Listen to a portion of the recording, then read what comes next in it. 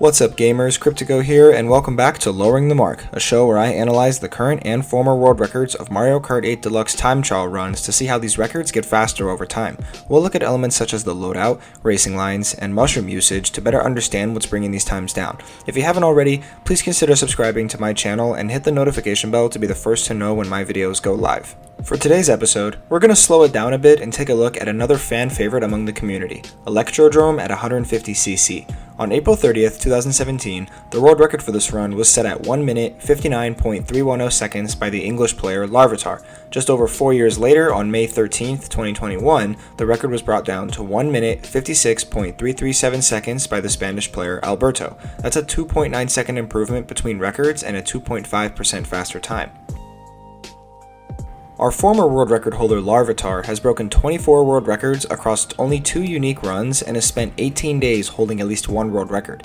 Alberto was only slightly ahead of that with 504 world records across 51 unique runs and has spent a mere 1100 days holding at least one world record, a streak that will pretty much never go away with all 29 current records he holds.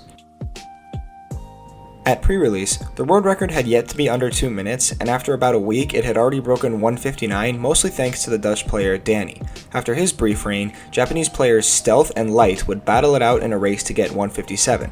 After Light got the sub, Stealth responded with a faster time and would go on to hold the world record on this course for over 350 days before Ome Mona came in and shaved 7/10 of a second off Stealth's fastest time. In August of 2019, Army stepped on the scene for a few days, but Ome would quickly get that record back after fending off a few other competitors. About 10 months ago, Alberto ran the course and never looked back, putting up 12 of the next 13 world records in the game and taking this time well below Ome's fastest time. In total, the world record was broken 85 times by 16 different players. Here's 2 loadouts that aren't too far off of each other, but also not entirely close to each other in terms of performance. Larvitar goes with a combo of Dry Bowser driving the Mach 8 with the Leaf tires and the Super Glider, while Alberto goes with the combo of Waluigi driving the Biddy Buggy with the Azer Roller wheels and the Paper Glider. The Mach 8 is a really fast kart, so it's no surprise that Larvitar leads in the top speed stat and falls behind in the handling department. Alberto picking the Biddy Buggy and roller wheels definitely increases that stat while also boosting the acceleration and mini turbo stats for a collective 3.25 point advantage over Larvitar. Unlike the 200cc run for this course, mini turbos are going to play a key role in this run, and you'll see why Alberto chose the loadout the way he did. Here's the course in all its disco-y glory. Lots of anti-grav sections, narrow paths, and winding turns for our racers to tackle. Let's take a look at how they did it.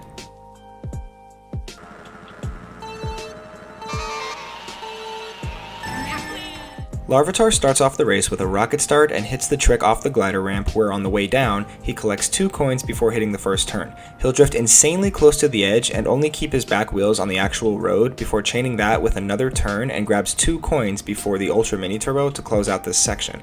Alberto hits that same rocket start but quickly grabs a mini turbo off the glider ramp for an extra boost. He'll grab the same 2 coins and drift really close to the edge for the first of 2 ultra mini turbos, only after the second one, he'll charge up another mini turbo and hit the spin booster for that extra speed and starts to charge 1 more mini turbo to close out the section. Not much to dissect after one section, but it's clear that these extra, longer lasting mini turbos are serving Alberto well as he leads by over 0.2 of a second going into S2.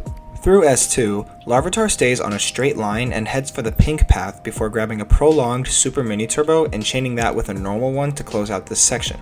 Alberto hits that quick mini turbo before going onto the same pink path, only instead, he'll grab a prolonged ultra mini turbo before charging up a super mini turbo after it for the next section. Only a little bit of time saved here, but S2 isn't where the big time saves are anyway. After that quick set of mini turbos, Alberto leads by just under 0.3 of a second going into S3. Larvitar takes this pink turn really tight and charges up an ultra mini turbo before tricking off the glider ramp. Once he lands, he'll drift off the next ramp into the glitter patch and use his first mushroom to cut a huge portion of this last turn off before finishing the lap. Alberto hits the pink turn with a quick mini turbo and goes right into a prolonged ultra mini turbo that he'll release off the glider ramp for a motion glider maneuver. He'll carry the full boost of that ultra mini turbo across the gap before landing and hitting that same drift off the ramp and through the glitter. The only difference is Alberto hits an ultra mini turbo to close out the lap. That final section added almost half of a second to Alberto's lead thanks to those extra ultra mini turbos, and he remains ahead by just under 0.8 of a second heading into lap 2. Larvitar tricks off the glider and takes a more direct path to the ground and grabs the same super and ultra mini turbos through the first 2 turns, going tighter on the second one because there are no coins to collect. Alberto comes through the finish line and drifting the opposite direction of when he started the race and hits the mini turbo off the glider ramp for another extra boost. He too takes a more direct line to the ground and chains the same 2 ultra mini turbos through those same turns. After that, he picks up the quick mini turbo and starts charging up the next one near the end of this section. I'm still not quite sure how, but Alberto added a full 0.6 of a second to his lead and remains ahead of Larvitar by over 1.3 seconds at the end of S1. Both racers stick to their lap 1 strats and take a good line to the first turn on the pink path where Larvitar hits that super mini turbo and Alberto grabs the ultra one before starting up their next drift that gets released in S3. Alberto only added around a 1/10 to his lead this time and remains ahead by over 1.4 seconds at the end of S2. Larvitar just does the same tight turn and grabs the ultra mini turbo before the glider and tricks off of it just like on lap 1. When he lands, he'll drift off the ramp and onto the glitter for another mushroom cut to close out the lap.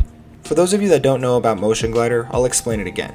You can charge a mini turbo all the way off the glider ramp and receive the boost in mid-air. What few players found out is if you pause the game, turn on motion controls, and angle the controller in either direction, you get a better air handling and are able to salvage a lot more of that boost than if you just went off the glider normally. After he lands, he'll hit the drift off the ramp and grab an ultra mini turbo through the same mushroom cut and across the finish line to close out the lap where his lead has grown to 1.8 seconds after outsplitting Larvitar by over a second on lap 2.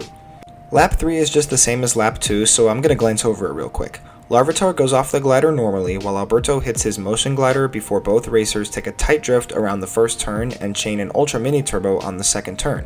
Larvitar then heads straight to the pink path while Alberto picks up a few more mini turbos for extra speed.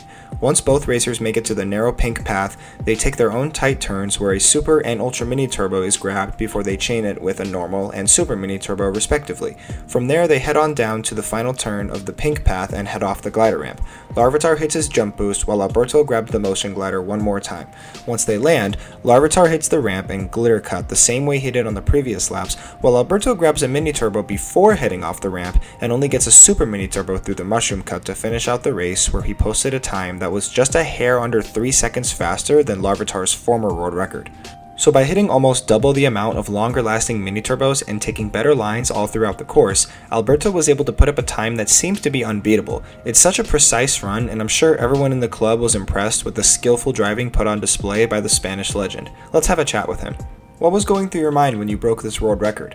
I was happy I finished the run after a good pace, but having a weak ending annoyed me a little. Does the motion glider at the beginning of the lap even save time? If so, how much per lap does it save? It's done on lap 2 and 3, and it saves about 1/10 of a second per lap or so. You've clearly optimized this run very well. Will we ever see a low 0.2 or possibly a 0.1 in the future? Although my run is very close to the best known splits, it's not as strong as it seems. I didn't play the track with the new strats for so long, so I didn't optimize the best known splits. I think a mid to low 0.2 lap 1 is doable, and a low 0.9 or even 0.8 lap 3.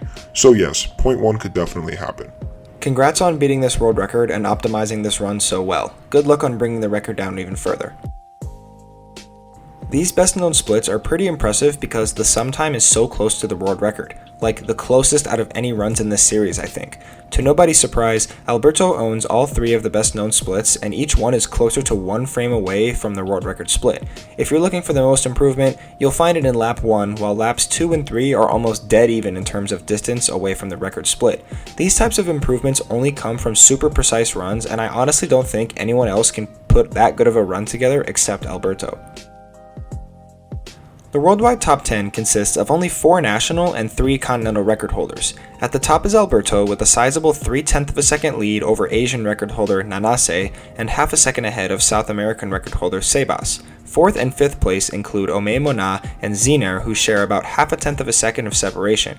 In 6th place is Army, and the rest of the leaderboard is only 4/100ths of a second apart and includes names such as Almond, Shira, Victory, and Kenyute. The fact that Alberto has a 300 millisecond lead speaks volumes to how strong this record is, and it's likely that because of that, nobody will touch it for quite some time. That's the end of episode 44. Hope you found it interesting. If you enjoyed this video, like and share it with your friends and comment on which course you'd like me to analyze next. Don't forget to subscribe, and I'll see you guys in the next one.